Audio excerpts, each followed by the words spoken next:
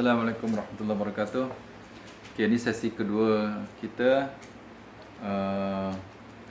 Tadi sesi pertama kita ada sesi senaman stretching ataupun regangan, regangan otot-otot tulang belakang dan juga seluruh tubuh kita, untuk tuning, untuk balancing balik tulang belakang, especially tulang belakang dan sistem saraf, otot semualah. Jadi senaman stretching ni selain daripada manfaat yang saya telah ceritakan tadi, dia juga boleh membantu merawat ataupun mereversekan keadaan insulin resistant ataupun orang yang mempunyai gula yang tinggi. Dia suka spike, gula dia suka spike. Makannya gula naik 6 tu normal lagi, 7 pun normal, 8 okey, limit maksimum. Lebih pada 8 je, itu dah kira paras gula yang tak sihat dalam badan kita. Bila kita lepas makan, gula kita naik lebih daripada 8, 7.8 ataupun 8.0. Lebih pada itulah, maknanya 8.1, 8.5, 9, 10 kan. Itu dah menunjukkan insulin resistant. Tapi bila keadaan normal, dia akan turun 5, 6, 4 kan. Kalau masa perut kosong, berpuasa kan, overnight kan, kita test glukos, dipanggil fasting blood glucose, FBG, fasting BS, fasting blood sugar, ataupun paras gula darah semasa kita berpuasa. Itu jangan lebih daripada 5.5 kan. Dia antara 4.0 hingga 5.5. Itu paras normal, yang dikira normal. Tapi kalau random blood sugar, jangan lebih daripada 8.0, begitu maksimum. Jadi dengan senaman stretching ni boleh membantu juga sedikit, sebab dia increase kita punya metabolism. Dia akan membantu dalam metabolisme tubuh kita, dan secara tak langsung akan mereversekan gangguan metabolik. Gangguan metabolik macam insulin resistant lah, itu sejenis gangguan metabolik. Peringkat awal penyakit diabetes, pre-diabetics. Pre-diabetics punya simptom adalah insulin resistant, macam gula naik turun. Itu peringkat awal pre-diabetics lah. Peringkat awal diabetics atau pre-diabetic, kencing manis peringkat awal, belum kena kencing manis lagi, sebab dia boleh normal, dia boleh turun, dia naik, lepas tu dia boleh turun. Kadang-kadang turun lebih rendah, jadi functional hypoglycemia, sebab dia ada spike insulin. Bila gula naik, insulin pun dikeluarkan secara berlebihan sedikit. Ini menyebabkan gula masuk sel dengan drastik, turun pula. Dia dah naik lebih pada paranormal, lepas tu dia turun pula kurang sedikit daripada paras normal, mungkin 4.0, 3.9, 3.8. Itu dah jadi simptom lain, Okey. Jadi kita tak mau, kita nak bacaan gula dalam darah kita sentiasa stabil, normal. Dia tidak spike, dia tak turun, dia tak naik sharp, dia tak turun sharp. Kita tahu macam tu. Dalam masa yang cepat dia naik lebih daripada paras normal, dan masa yang cepat juga dia turun daripada paras normal. Itu adalah satu tanda-tanda gangguan metabolik sudah berlaku. Gangguan metabolik, penyakit metabolik mula nak berlaku. Penyakit metabolik ni tadilah insulin resistant, kencing manis peringkat awal tadi kan. Pengawal aturan tahap gula dalam darah kita, hormon insulin, mungkin hormon insulin pun dah berkurangan, dirembeskan oleh pankreas, dihasilkan oleh pankreas selepas kita makan, gitu. So ini sudah berlaku gangguan. Jadi kita macam mana kita nak reverse benda ni? Boleh tak reverse supaya gula stabil, seimbang? Sebab zaman sekarang ni kan, paras gula dalam darah sangat penting. Ini adalah satu-satunya tanda ataupun satu kaedah untuk menentukan metabolik tubuh kita, sama ada sihat tak sihat, sama ada berlaku gangguan metabolik tidak, dan seterusnya. Bila ada gangguan metabolik, dia berterusan, dia akan menyebabkan penyakit-penyakit metabolik macam diabetes, kencing manis, darah tinggi, kolesterol, lemak, hyperlipidemia, penyakit jantung, sumbatan jantung, kan, stroke, even cancer pun jenis penyakit metabolik, kecelaruan metabolik dalam tubuh kita. So bila berlakunya gangguan metabolik, kecelaruan metabolik, maka macam-macam gangguan biokimia, tindak balas biokimia dalam tubuh kita jadi tak normal, jadi tak normal, itu kita tak mau. Kita nak dia normal dan stabil, seimbang, begitu. So gula tak boleh tinggi, dalam badan kita tak boleh tinggi secara persistent, konsisten, istiqomah tinggi. Dia boleh merosakkan tisu-tisu dan organ kita, saraf-saraf kita, malah boleh menyebabkan timbunan plak, dia akan mencederakan, menyebabkan keradangan lah pada bahagian dalam dinding saluran darah kita, dan menyebabkan pembentukan plak, dan menyempitkan saluran darah. Ini pun salah satu sebab bila gula tinggi dalam darah, ini menyebabkan kebas-kebas, menyebabkan kita rasa bila gula tinggi, dia boleh bind dengan hemoglobin. Jadi doktor kalau nak pastikan sama ada dia ada kencing manis tak kencing manis, dia tengok bound glucose, bound sugar, maksudnya gula yang terikat pada hemoglobin, sel darah merah kita. Gula bila tinggi dalam darah dengan lama, berminggu-minggu, berbulan-bulan, bertahun-tahun, dia akan menyebabkan gula tu akan melekat ataupun mengikat secara chemical, secara kimia, dia melekat ataupun terikat dengan hemoglobin kita. Dipanggil HB1A ke, begitulah, HB1C tak silap saya lah, kan, HB1C. Jadi doktor akan hantar darah kita untuk buat ujian paras HB1C, maksudnya paras gula yang terikat pada hemoglobin, kan. Kalau yang ni tinggi memang confirm dia kencing manis, tapi sekejap tinggi, sekejap normal, sekejap rendah, itu belum mendapat kencing manis secara betul, bukan diabetes secara yang benar lagi lah, dia baru mengalami masalah insulin resistant, gangguan metabolik, baru permulaan, mungkin dia dimakan herba, makan ulam-ulaman, makan minyak zaitun, kan, makan santan segar, minyak kebelara, dia boleh turunkan gula balik. Tapi bila dah gula terikat pada hemoglobin, dengan pada paras tertentulah, ada dia punya had dia lah, maka itu menunjukkan kencing manis, orang tu dah kena diabetes, penyakit diabetes. Yang ini yang kita nak kena lebih prihatin, sebab bila dah berlaku gula melekat pada hemoglobin, kan, dan juga bukan hemoglobin saja, pada sel-sel dan tisu-tisu lain pada dinding saluran darah, dia melekat pasal duduk dalam darah tinggi 9, 10, 11, 12, 13, 14, 15, gula kita dalam darah tinggi sepanjang masa berminggu-minggu, itu boleh merosakkan tisu-tisu dan organ-organ tubuh kita, menyebabkan penyakit kronik, macam-macam penyakit sebenarnya.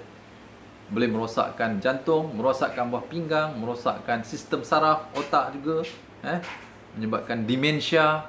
Demensia maknanya kerosakan sel-sel otak, secara progresif, kan.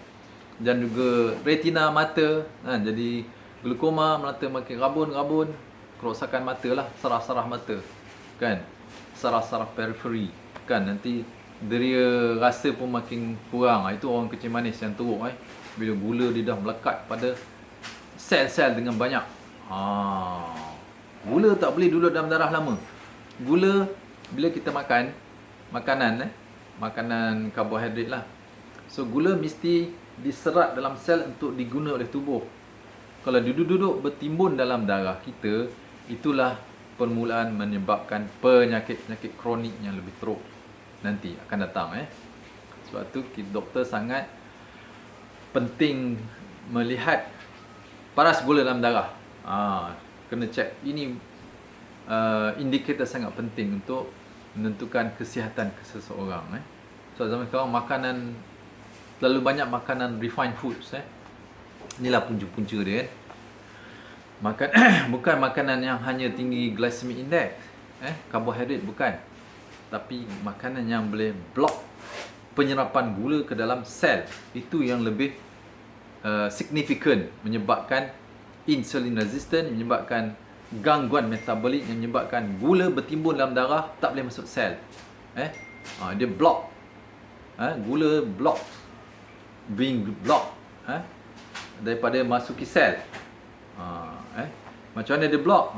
Dia block oleh minyak-minyak jahat, minyak-minyak sayuran yang diproses, ditapis secara ekstrim. Dipanggil minyak sayuran yang ditapis, minyak sayuran yang diproses, refined, highly refined vegetable oil, ataupun RBD vegetable oil, refined bleached deodorized vegetable oil. Ini minyak-minyak yang boleh menyebabkan gangguan metabolik, insulin resistant. Malah yang lebih teruk adalah minyak sayuran terhidrogen yang menghasilkan trans fat, lemak, asid lemak trans.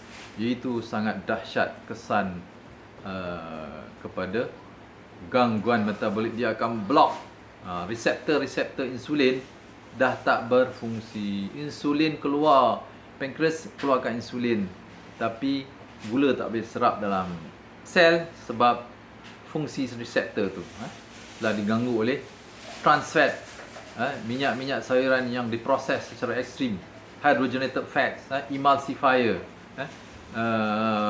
bahan-bahan kimia yang larut lemak. Mungkin dia merosakkan reseptor insulin ni ke, ataupun dia menyebabkan keradangan. Maksud kerosakan, ada radikal bebas, kan? Radikal bebas ni sama ada daripada luaran ataupun dalaman, juga boleh merosakkan molekul-molekul protein. Reseptor adalah molekul protein. Dia boleh merosakkan, ataupun dia boleh attach, dia boleh bind dekat reseptor, kan? Bila darah kita pekat, kan, banyak lemak trans, makanan bergoreng banyak, dia menyebabkan reseptor sel pada membran sel tu, kan, akan terikat atau melekat di minyak-minyak trans. Minyak-minyak trans ni macam grease tau sifat dia. Macam grease. Margarine shortening ni, macam grease. Dia melekat situ. Jadi insulin ni keluar, dia tak boleh conjugate dengan reseptor insulin ni. Bila tak boleh conjugate, pintu insulin tak boleh buka, dan pintu glukos pintu gula pada membran sel tak boleh buka. Dia katup je macam gula nak masuk, kan, walaupun insulin ada, kan. Injek insulin memula gula boleh turun, kan, sebab ada lagi reseptor yang tak diganggu, yang masih normal. Tapi makin lama insulin terpaksa ditingkatkan dos. Doktor kata 5 unit dah tak boleh, kena 10 unit, 12 unit, 15 unit, 20 unit, sampai 50 unit, 100 unit pun ada, kan. Itu dah menunjukkan bahawa semakin banyak sel-sel kita yang tak berfungsi, tak boleh menyerap insulin, gula dalam darah, kan. Jadi macam mana kita nak reverse balik insulin resistant ni, ataupun glucose tolerance dipanggil, sensitivity pada glukos. Maksudnya kita makan glukos, kita makan gula, makan karbohidrat, dia akan diserap. Dia walaupun kita makan gula putih ke, gula perang ke, orang sibuk makan gula tak bagus, makan fructose tak bagus, malah sebenarnya nasi putih tu lagi teruk pada gula putih. Sebenarnya nasi putih GI dia 79, 80, 78, 76, 77. Sedangkan gula putih dan gula perang hanya sekitar 65. So perbezaan dalam 15 unit, 14 unit nilai GI. So nasi putih, that's why doktor-doktor tak bagi pasal kencing manis, makan nasi, ataupun hadkan, limitkan, makan sikit. Dia kata makan nasi sikit je, ganti makan roti. Itu sebabnya, sebab nasi putih menyebabkan gula meningkat dengan cepat dan tinggi. Dengan cepat dia akan shoot bagi orang ada masalah insulin resistant. Kerintangan insulin. Insulin ada tapi gula tak boleh masuk sel. Jadi insulin tu tak berguna untuk tubuh dia. Itu maksud dia. Insulin tu tak boleh berfungsi untuk menurunkan paras gula dalam darah dia. Itulah punca menyebabkan orang kena banyak penyakit zaman sekarang. Disebabkan oleh bahan kimia larut lemak dan juga minyak-minyak sayuran yang diproses. Yang diproses secara refined vegetable rice, lepas tu minyak sayuran yang dihidrogenkan kan, lepas tu ada trans fat pula.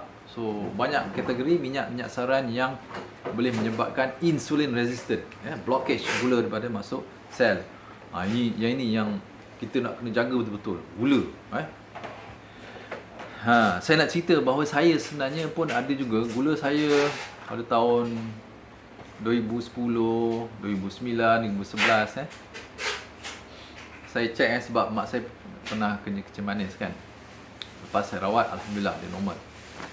So saya dah amalkan makanan bebas trans fat dah lama saya rasa sejak umur 30-an saya jumpa bahawa trans fat ni adalah satu punca penyakit metabolik yang utama.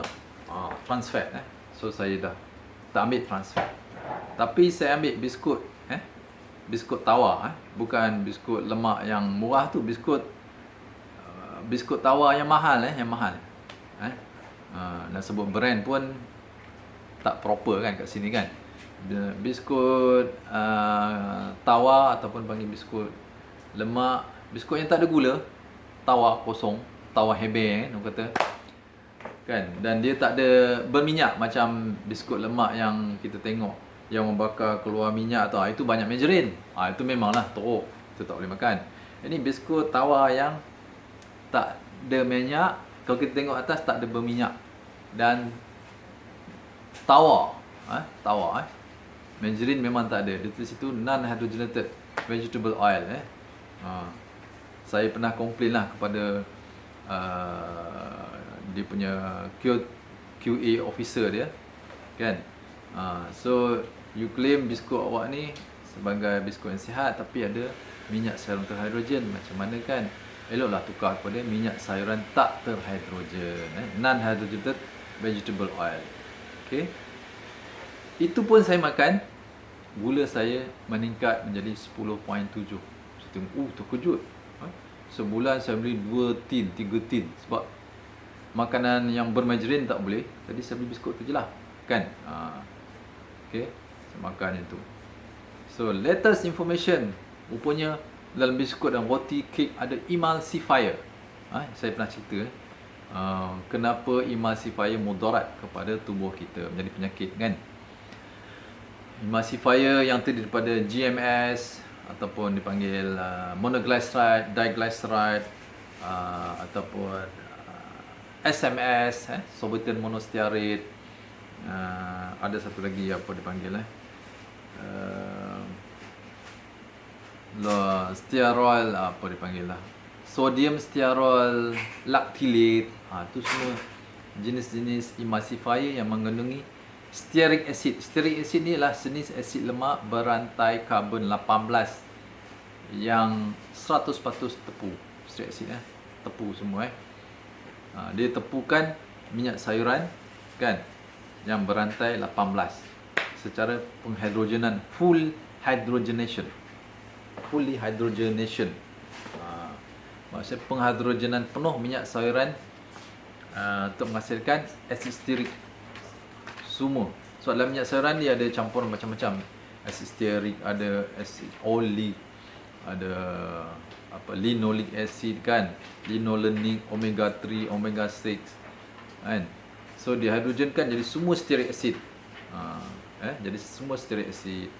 Stearic acid ni dia punya kesan pada tubuh macam trans fat juga, macam minyak terhidrogen. Ini pun memberi kesan kepada gangguan metabolik dan boleh menyebabkan penyakit metabolik. Emulsifier. Yang ni saya tak pernah cakap lagi kepada saya tak pernah ni lah kepada pengilang-pengilang kan. So emulsifier ni sebab dia tujuan emulsifier dia nak memegang molekul air dan minyak. Jadi biskut tu jadi rangup kan. Dia tahan masuk angin, dia tak masuk angin kan. Lepas tu dia jadi rangup lembut. Dia tak keras sangat, dia rangup tapi lembut. Macam mana? Tekstur dia memang makan memang sedap lah, memang cantik, cun lah orang kata kan. Tapi masalahnya emulsifier ni mudarat. Bukan lecithin lecithin daripada minyak sarat itu tak apa. Tapi ini emulsifier daripada stearic acid. Malah magnesium stearit yang digunakan sebagai bahan pelincir dalam tablet pun itu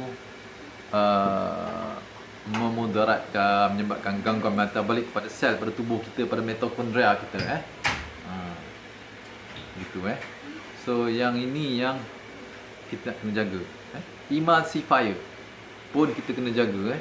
Emulsifier ni banyak dalam produk-produk makanan bakery, roti-roti, tak kira roti putih ke, roti wholemeal ke, roti jagung ke, roti serat banyak ke kan.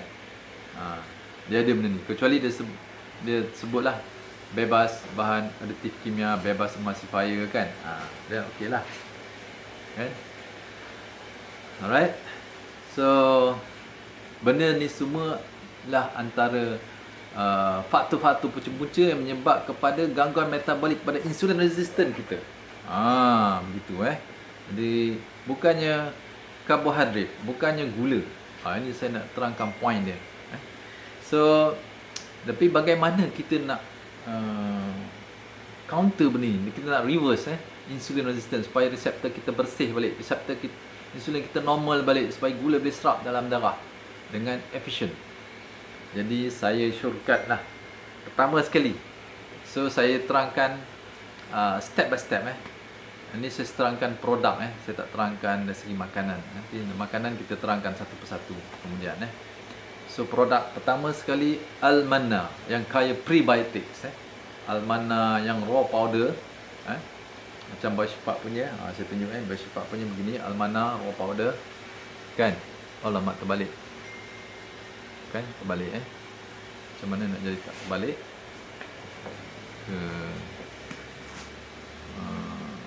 itu Al-Manna ni produk Bioshifa lah. Ni contoh saya tunjuk. Boleh beli Al-Manna di kedai Arab mana, tapi ambil yang raw powder, bukan yang instant. Instant dia punya kandungan prebiotic soluble fiber dia dia rendah dalam 65-68%. Tapi yang raw powder ataupun yang bentuk ketul tu kan, itu dalam 84%, 85%. Ada juga yang instant powder yang lingkungan 85-86% sebab dia tak berbahan carrier maltodextrin kan, dia extract. Ada juga. Okey. Tapi ni kita punya raw powder.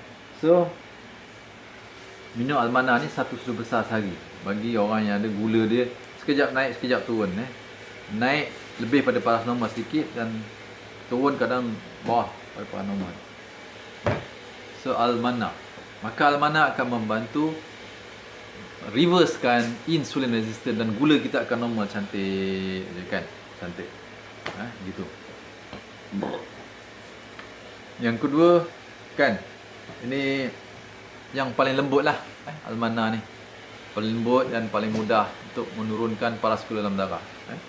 Dia sebagai makanan berfungsi. Yang kedua yang lebih kuat sedikit daripada Al-Manna, okey, dia tunjuk minyak kelapa dara. Minyak kelapa dara kat pasar pun boleh, tak ada masalah. Ni minyak kelapa dara Bioshifa gitu. Minyak kelapa Bioshifa ni ada 240 ml Ni fermented minyak kelapa berdara yang dibuat daripada santan segar yang diperam semalaman tapi rasa dia sedap dia tak masam, promote sikit lah begitu. So minyak kelapa dara pun boleh membantu dalam merawat insulin resistant, kencing manis. Kalau yang teruk-teruk tu dia kena dengan pemakanan yang bebas, diet bebas minyak sayuran terhidrogen, trans fat dan juga bahan kimia larut lemak, termasuk emulsifier tadi. baru dia boleh turun. Kan kalau misalnya tak mau makan herba, nak makan minyak kelapa dara ni saja ke, ataupun combine dengan almana ni, boleh rawat. Even kecil manis yang teruk-teruk, tapi ambil masa yang lebih lama. Dan paling penting, kena elak makanan-makanan menyebabkan gangguan metabolik yang block sel kita, reseptor insulin pada sel kita. Itu kena elak. Itulah dia minyak sayuran yang dihydrogenkan, macam margarine, shortening kan, termasuk emulsifier saya dah sebut tadi kan, dan bahan pewarna perasa tiruan ya. Okey. Ini dia BCO ni boleh masuk dalam darah, dan kandungan antioksidan dia, polyphenol, walaupun sedikit ya, dia sedikit je. Dia compare dengan minyak zaitun extra virgin, minyak kelapa dara, polyphenol dia tak ada apalah. Minyak zaitun extra virgin lagi tinggi, tinggi sangat. Okay. So tapi dia ada lauric acid, dan dia juga ada sedikit coenzyme Q10. Kalau minyak kelapa dara bersifat yang fermented ni, dia ada organic acid sedikit, sedikit lactic acid, acetic acid. Ini semua asid-asid organik yang boleh membantu mendetachkan apa nak sebut ataupun mengeluarkanlah lemak-lemak trans, margarine, makanan bergoreng yang keradangan dalam darah kita. Dia akan detachkan daripada reseptor, daripada membrane sel yang selupat-selupat pada dinding saluran darah, sel-sel darah, hemoglobin semua kan. Glukos yang melekat pada hemoglobin, yang kita kata bound glucose to the hemoglobin. Ini boleh membantu untuk detach ataupun apa nak sebut, menanggalkan minyak-minyak tu semua. Dan dia akan counter radikal bebas. Counter radikal bebas dalam darah kita yang banyak, sama ada radikal bebas luar ke dalam kan.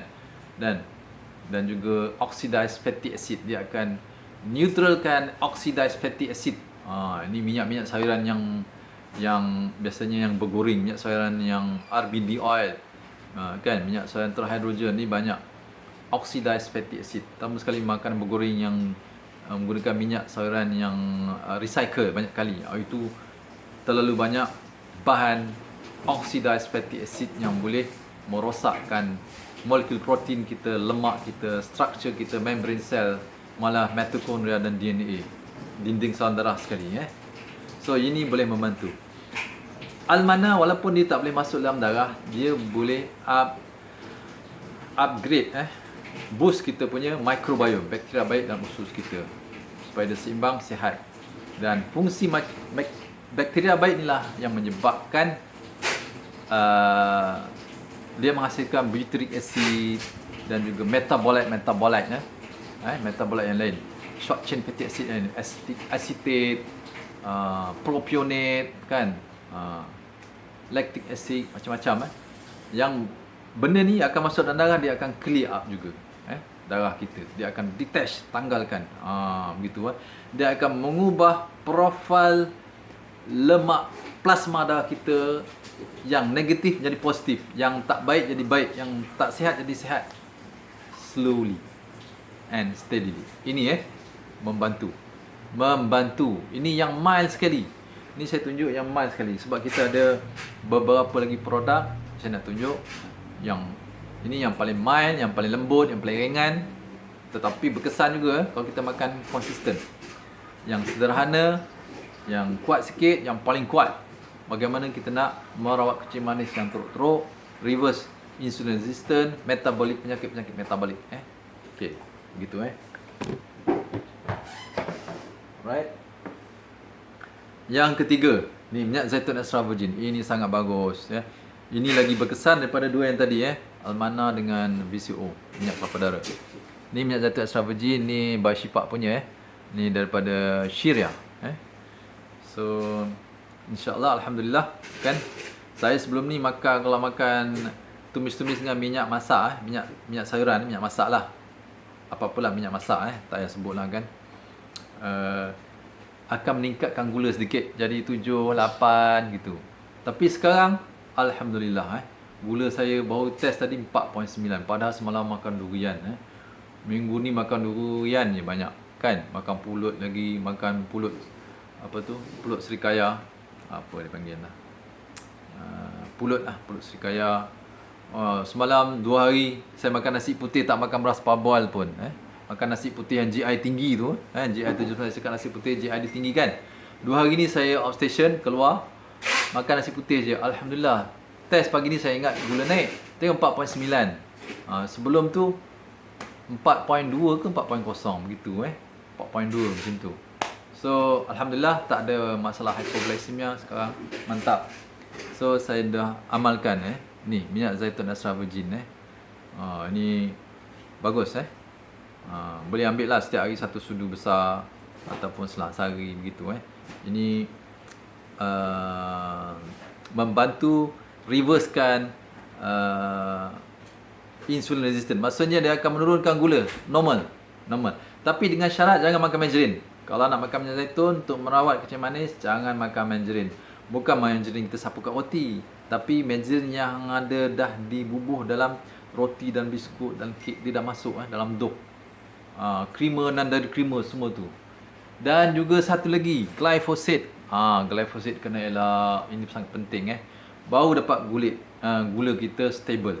Saya dah tak ambil makanan yang tinggi residu glyphosate racun Roundup tu So maksudnya tepung gandum saya makan organik, gula pun saya makan organik Alhamdulillah, gula lagi turun, lagi cantik, stable. Dan dia turun, dia tak naik, dia tak turun rendah dan tak ada masalah hypoglycemia. Maksudnya gula kita stabil dan kita boleh sustain energy sepanjang hari dan kita akan kekenyangan. Makanlah sekali, 2 kali, 3 kali sehari kenyang. Tak ada rasa lapar, tak ada meragam angin. Itu yang kita nak macam orang dulu kan. Alright. Yang ketiga, bawang dayak pun boleh juga membantu. Bawang dayak ini lebih kuat sikit daripada minyak zaitun extra virgin sebab dia ada antioksidan yang lebih tinggi. Kan dia warna merah, dia tinggi carotenoids, polyphenol. Sama polyphenol dalam minyak zaitun unik minyak zaitun. Polyphenol dia ada acid phenolic compound yang boleh merentasi blood-brain barrier, boleh merawat keradangan pada sel-sel saraf dalam otak kita. Okey. Seterusnya kapsul moringa, buah syifa punya pun boleh kan. Dia terpaksa cepat sebab masa dah nak habis. Dan yang ketiga, ini kapsul dicol. Kapsul ni kita dah register Kapsul halba campungan jinta hitam dan ketumbang. Ni sangat bagus untuk merawat diabetes lah dan insulin resistant. Dan yang paling kuat ini dia, Hempedu Bumi ni Andy Life dan juga kapsul Peria Plus. Ini yang paling kuat untuk merawat diabetes insya-Allah. Nak makan peria mentah pun boleh, yang masak celur pun boleh. Tapi kalau nak mudah, makan kapsul Hempedu Bumi dan peria, kapsul peria ni kapsul. Boleh dapatkan lah insya-Allah. Okey, siapa nak boleh contact kami lah.